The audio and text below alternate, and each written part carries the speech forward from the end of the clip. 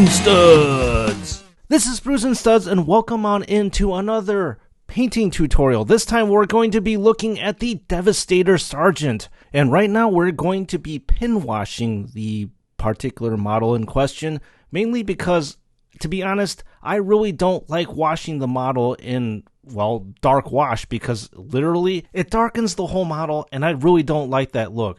So basically, pinwashing is pinpointed washing of crevices that are in the model. Another thing I wanted to point out to everybody is that it's always good to have a game plan as to what color that you're going to be wanting to paint your models.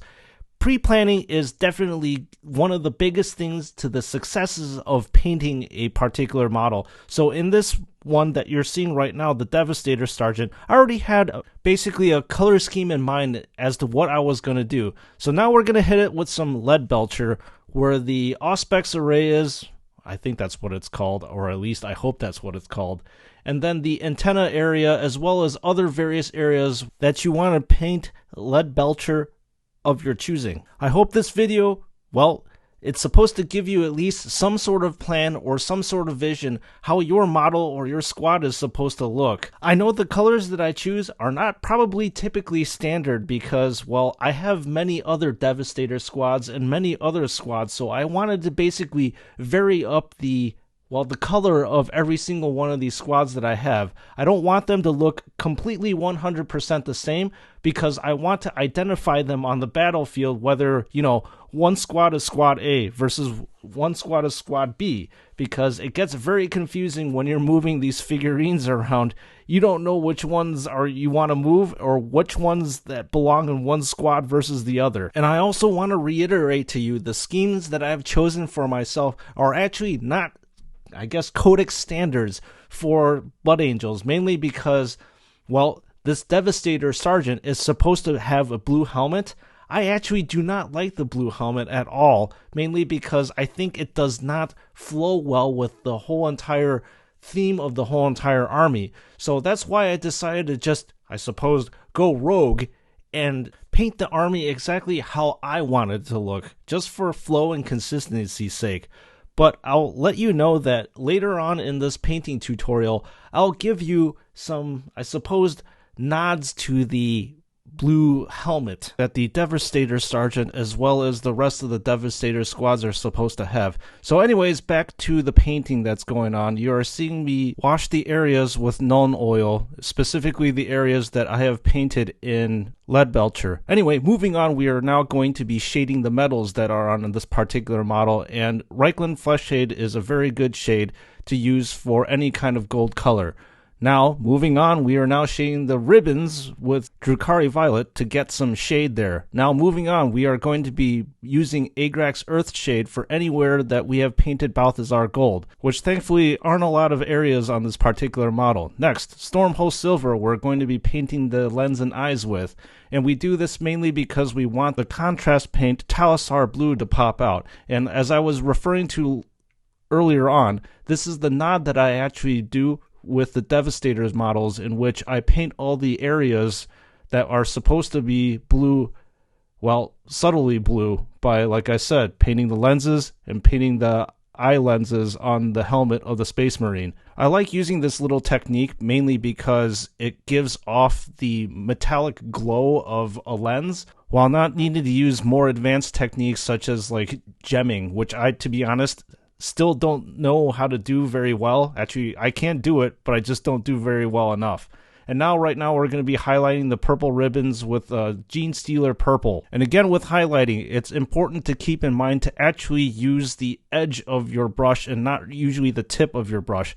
And this is why they call it edge highlighting. The edge highlighting is a very good technique where you can actually pick out the highest points and they will literally pop, as you can see right now. And obviously, if there are areas in which you need to go back, well, that's the beauty of paints. You can go back and fix any kind of screw-ups that you have. Now we are going to be highlighting the metals with Auric Armor Gold. I will let you know, this Auric Armor Gold for Citadel is actually one of those paints in which is a pain in the ass to mix. And one of the things that I've actually picked up over time is that it's probably better off to get one of those vortex mixers. This vortex mixer that I bought is an absolute time saver with regards to shaking these things to make sure the paints are evenly distributed. Sure, vortex mixer on the largest internet retailer ranges somewhere around $75 to about like $120, but I will let you know it is such a time saver and well worth the money spent. I can't believe it actually took me this long to actually pony up the money to buy me one of those vortex mixers. Now, moving on, we are going to be doing the first stage highlighting of the rest of the power armor, and what I like to do with this is use Evil Sunz Scarlet, as you can see right now, and basically I pick the raised edges on the models where the light would hit, and then I will basically highlight those colors, again using the edge of my paintbrush. Now is the second stage. The second stage that I like to use using the Citadel paint Wild Rider Red. It looks more orange, but again, you want to make sure to hit the highest peak of the armor where the light would hit, I suppose, the most, or at the apex of the light.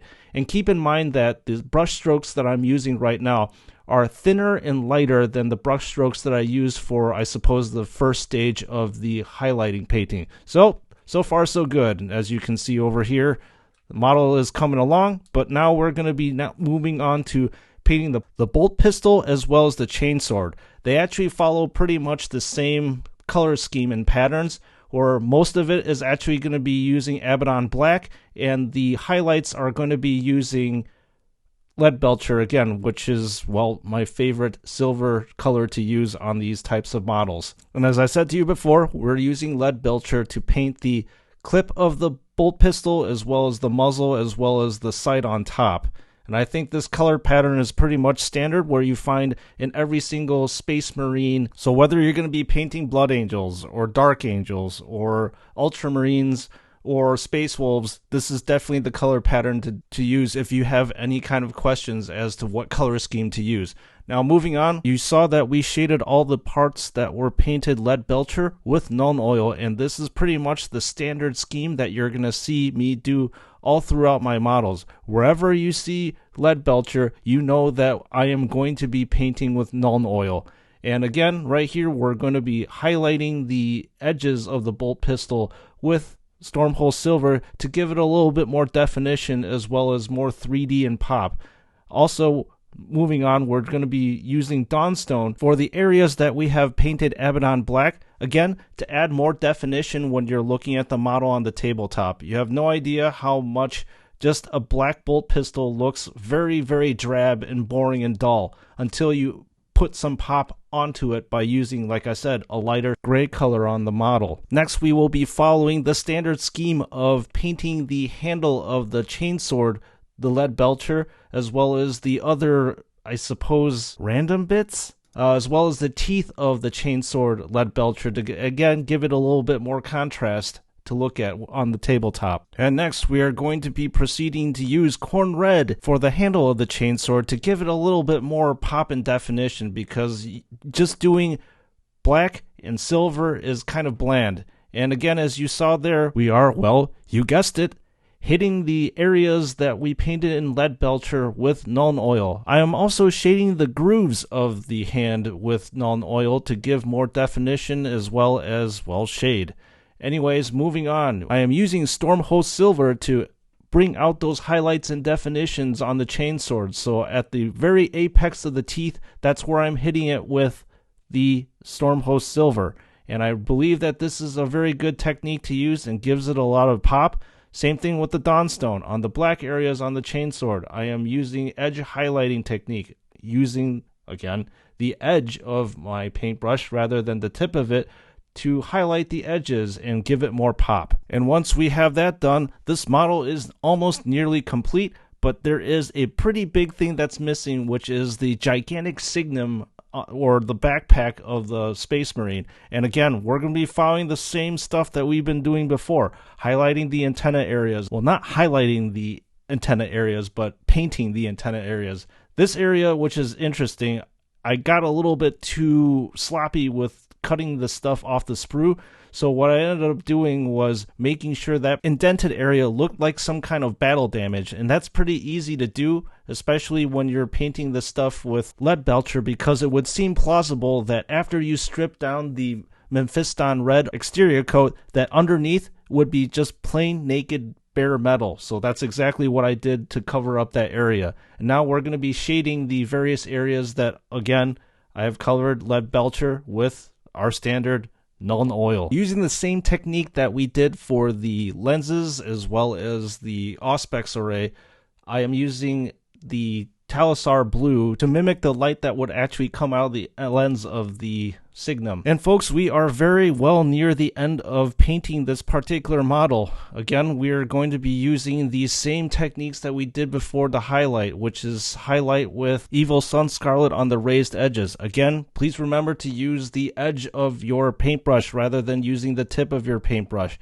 And it doesn't matter right now if the highlights look a bit chunky. That's what you want to, again, give that model some definition. Now with the Wild Rider Red, you want to make sure that the highlights are actually going to be a little bit thinner than the highlight that you did before with the Evil Sun Scarlet, as to basically give more definition. Now comes the least part of painting a model, which is painting the base. I, for some reason, never really liked doing this, but hey, you know what? It's the thing that makes the army uniform and really makes it pop out on a battlefield. So what you're seeing me using is a textured base, which requires a lot of time to dry.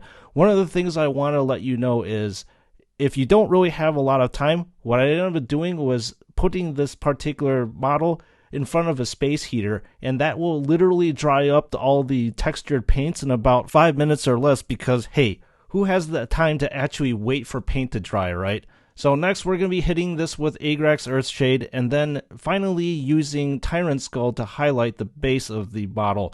What I want to point out to you is, again, with dry brushing, this is very important that you need to remove all the paint, or nearly all the paint, from the paintbrush and just pick up the raised parts of the model. If you do not remove all the paint from the particular dry brush, then it will look rather chunky and not very good.